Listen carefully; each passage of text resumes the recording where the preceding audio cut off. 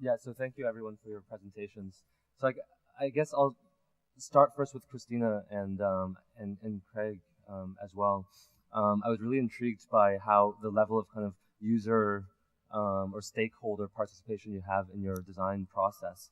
But I guess the first question is, do users know what they want?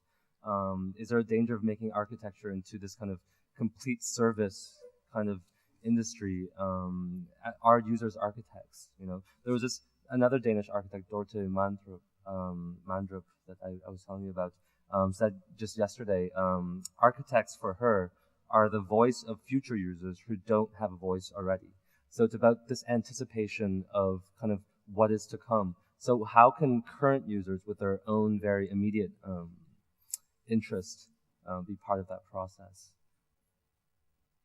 Well, I don't think that the users know what they want, but they know what they have, and they know how they live and what kind of requirements they need for having their life going on in the best possible way, probably. And I think it's most important to talk about the user's values, what is important for them and for their daily life, and actually how they should shape or design the building.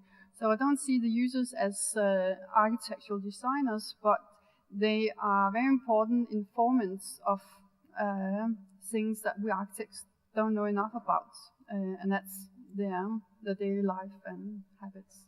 I mean, I don't. We always say that as soon as you get what you want, that's when you're least satisfied. So the issue isn't to just get them what they want, nor is it to provide them with what they know, because to just generate a session where you're just drawing out more of what they know is just going to give people more of what they already have. And so I think it's very wrong to confuse, at least what I was saying, and what we're trying to do with just letting people be architects or giving them what they want. That is not at all the issue. The issue is just simply to get people to talk and to get people to think and to use words and to put themselves outside of their ordinary lives to be able to move forward in a constructive way. And it's not collaboration at all. This had nothing to do with collaboration. Sort of implies that you're all going to come to a general agreement. In fact, the agreement is secondary. It's just to get people interacting, and that drives the process in a unique way. So how have you found the U-Build software helpful in the design process? And in a sense, what's everyone else missing out on? Well, I think we feel that we can collaborate with the users, but maybe not about the actual design, but maybe about creating a vision, a common vision for the future building or the city. U-Build is, in some of our projects, a very important tool because it helps us with communicate together. We can put in something we think is important for the project, and we can get some feedback. Sometimes is it very specific. When it's hospital, it's for instance, it can be very specific. It's about how are the daily routines for the staff working there, and it's something completely different. It's more about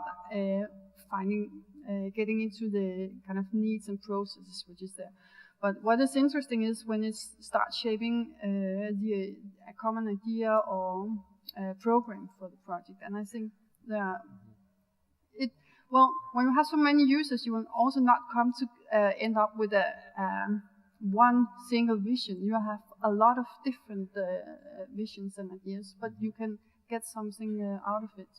But I mean, throughout the presentations, it sounds like the society in general is not only just a population, but a serious interest group for all you guys. But Jeffrey, do you think this idea of feedback could be overplayed, particularly for the architect? You guys are a think tank.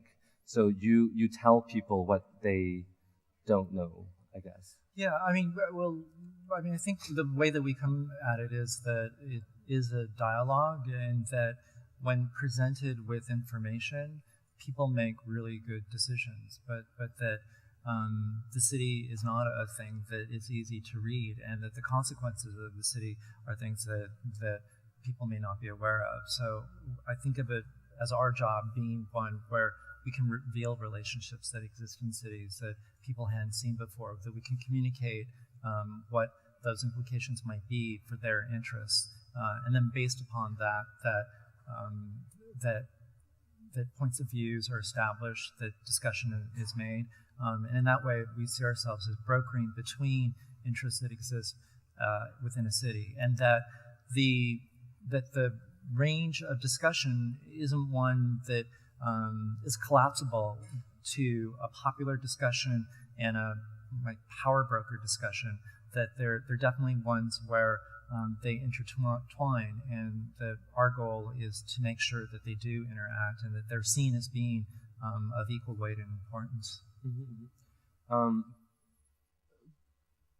In the work that you do, there's because I think a lot of the people in this room are architects that build buildings. So what would be, so I guess playing devil's advocate a little bit, what's at stake in calling what you do architecture? Yeah, I think it has everything to do with the context in which we work and the way that value is given to us as a profession. Like if all we're seen as doing is delivering buildings, but the value of those buildings beyond the resolution of the buildings is all that's seen, then people have missed out on all of the things that we do when we consider things as we design. And the ability to make stakeholders, as well as the larger public, aware of the benefits that architecture can yield is something that is quintessential in terms of communication. And that communication isn't something that only happens at the level of photographs of buildings or plans, because people who might be expert at other things can't read them. So I think our goal is to find tools to communicate the benefits of architecture.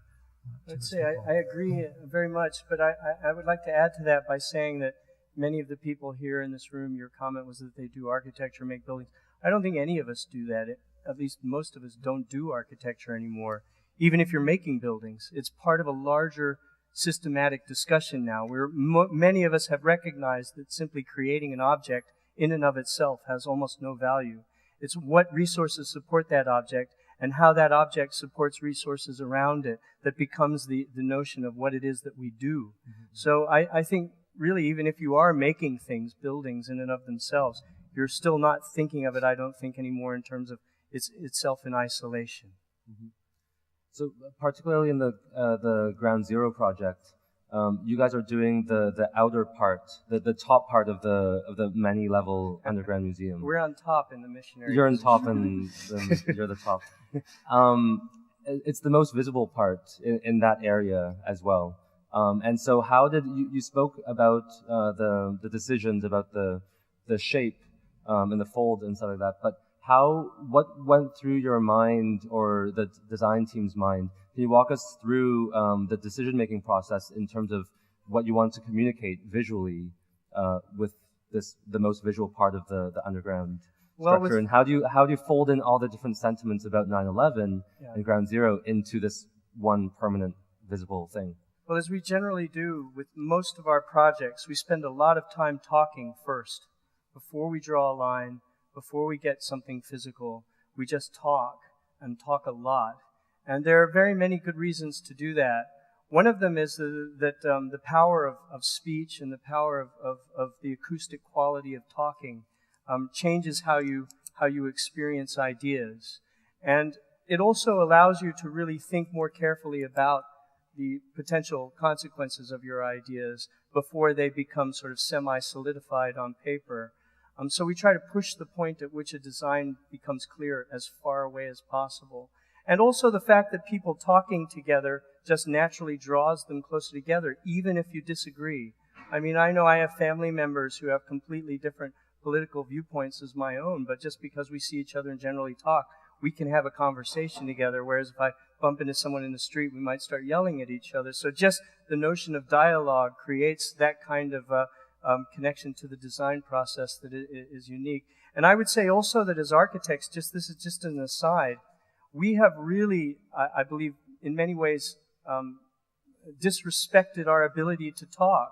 We've relied so much on pictures and drawings and designs and models and films and animations that we can't just sit and have a conversation or make a presentation to a large group. Mm-hmm. And so I would say that in terms of the design process, in answer to your question, a lot of it has to do with upfront dialogue. And then slowly things kind of organically appear, and you begin to judge them against other ideas that are growing simultaneously. Was there something specific from that process that you wanted to express? Because I'm asking. Oh yeah, okay. Specifically about it because it's such a loaded. Well, I would say that in terms of that particular project, we recognized one very clear aspect of the building, and that is that it had to occupy a certain kind of time. The memorial occupies the past, this space in the ground that solidifies an event in the past. The skyscrapers, the commercial buildings, are kind of optimistic. They're looking to the future. They have to be optimistic, especially in these economic times. And our building was about the present, about the everyday, about coming from the city, transitioning from the city into this space of the past, and moving back again. So it changes your speed at which you move in and out between the memorial and the city. Because New York City, it's a big kind of place, and moving through it is one kind of thing. Coming to a memorial and stopping and crying is another kind of thing. So our building is the link between those worlds. Mm-hmm. So I would say that it's about the notion of speed, and it's also about presenting a kind of optimism that you can have with your daily life. It's not about the death, and it's not about the kind of crazy capitalist idea. It's just about feeling good that you're alive today. Mm. And this idea of communicating an idea through architecture is interesting with the Alexandria Building. In the recent riots in Egypt, I saw an image of people protecting the building. Right. So I was wondering, so you showed an image of the mountain, the Snohetta mountain, and somehow the firm, for whatever reason, you guys are into public space, but it somehow embodies a certain kind of Norwegian social democratic kind of quality.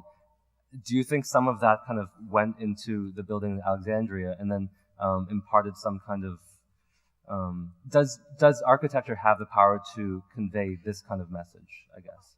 Architecture cannot be fundamentally political, I don't think. It can promote, it can never make the big steps that politics make. I mean, you can make an amazing building with all kinds of political intentions, but it's not going to make the big step that the powerful people can make in various political structures. But what it can do is provide small political statements that, taken collectively across an architectural sort of dialogue around the world, can promote a kind of political suggestion. But I think it's in small steps. Mm-hmm. And the Alexandria Library is one of those small steps. It made a public space that had never been built in Egypt. It took us 6 years to negotiate with the police to create a plaza that didn't have a 3-meter-high wall around it. And the Alexandrians and the Egyptians knew that. And that's why they protected that space, because it was not secured by a military guard. Mm.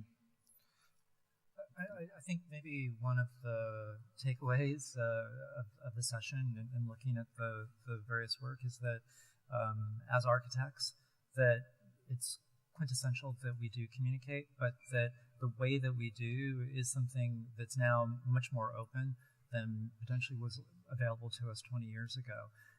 And that there's no one optimal way, rather it's the idea that many do exist, and it's capturing which ones work best for you. Mm-hmm. I guess with what Craig was saying, the power of speech, and I guess through both your presentations, that speech about architecture, about architectural ideas, can be very powerful in terms of changing someone's idea. But the symbolic power of space and of architecture, particularly in the Hollywood sign, just the sign is able to change real estate prices. The ground zero being a loaded kind of place. It's in the past as well, been able to really engender a lot of ideological agenda in that. So maybe Hollywood sign and ground zero somehow, by all the different, for whatever reason, it starts to engender kind of American capitalist idea. I'm just kind of speaking right now. Is there, at what point does it become kind of propaganda, and is that the architect's role to figure out at what point does it really do become political? Right. Well, it does. I mean, I think the Hollywood sign is a really good example where it was just purely a capitalist-driven intention, and the idea that there would be sentimental value so much tied to it, because 2 years ago, it was almost taken down because there wasn't money that could be raised in order to allow for a historic preservation trust to get it endowed. But the fact that there would be this sentimental value attached to it is ludicrous. And I think that our goal as architects isn't necessarily as social commentators to take sides about whether or not the sentiment is good. But it is our role, I think, to communicate the values that are being put onto a given object, and that our idea is, or our role can be, to mitigate and allow people to reflect upon just what's happening with a given particular public property, whether it's a space or a sculpture or, in this case, a sign. And the fact that a sign could have as much resonance for a particular city as a space is also something that I think is important. So it's not to neutral. raise. It's never neutral. I think your question is great, though. When does it become propaganda? Something I hadn't actually thought about until I heard your question. It's a good point. I mean, at a certain point, you begin doing it for your own self-service. When is it for for propagandizing your own ideology versus something that's out of your control? It's a good question. I think we're going to open it up to the audience, but it's a question I thought about when, I think it was SOM or someone did these skyscrapers in Kazakhstan. And they were the first kind of Western firm to go and do that, and they were pretty much working with Soviet codes from like the 20s. And so there was a fundamental kind of like, untranslatable process. And because of the project, they had to translate and modernize these codes for the local architects to work with. I mean, at that point, they had these like fire regulations where like somehow like horses come out before humans, and then like, women don't leave the building. I mean, it was really crazy, right? And in that process, a friend of mine was working on this building and talking to the local architects. A certain kind of ethic was imparted in the architecture. And you're right, like I don't know at what point does the architect become implicit in the political kind of question, and it may be better to be slightly naive about it, but it happens. So, okay. Any questions?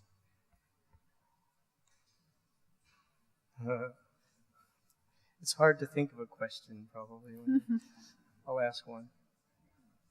You guys can ask each other. Yeah, I have a question. I was thinking when I saw your presentation about what you're working on in Denmark, it was very fascinating. First thing that popped into my head was, wow, I'd love to see that in New York City, because it would be so much cursing and so many red things for everything that's done, because there's kind of such huge pressure on people there that while you have pressure in Copenhagen, it's a different kind of pressure, urban pressure in New York.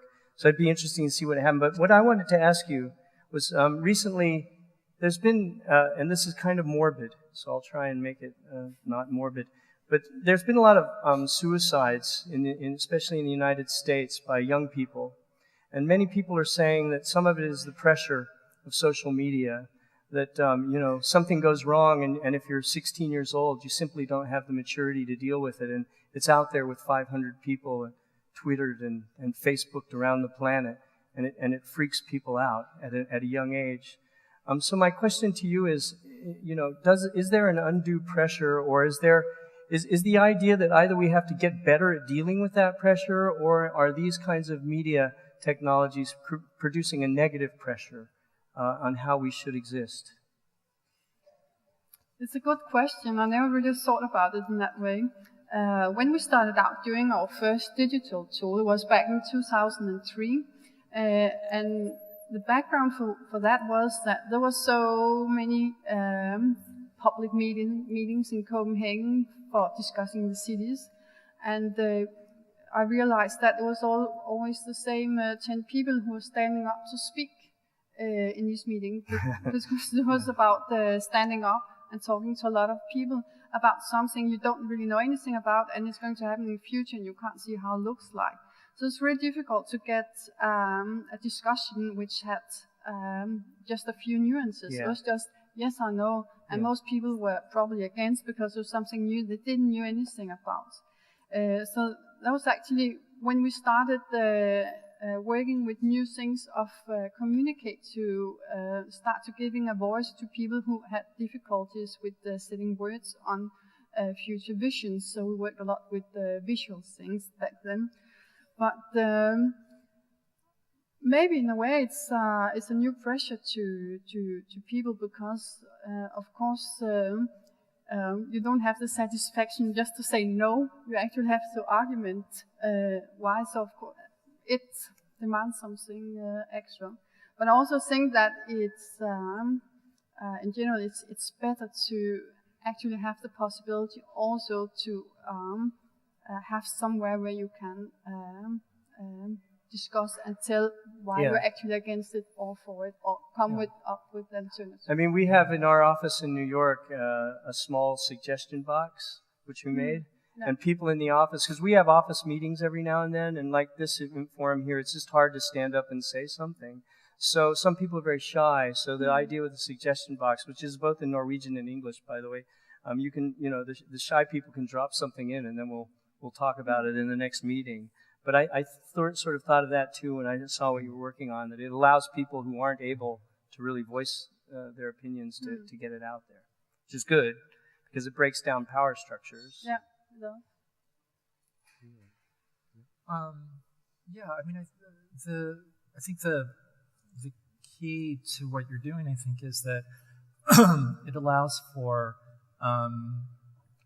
articulation, because if you don't, like if you tend not to say something in a public context, that you say something later to a friend, and it's typically negative, like, oh, you know what, like I didn't really like that, or whatever, and that having that critical distance is a privilege in a sense, and the ability to feel the commitment to participate, and then having a vehicle to do it seems to be essential. So in a way, it's actually easier not to say something. It's actually easier to have a default opinion.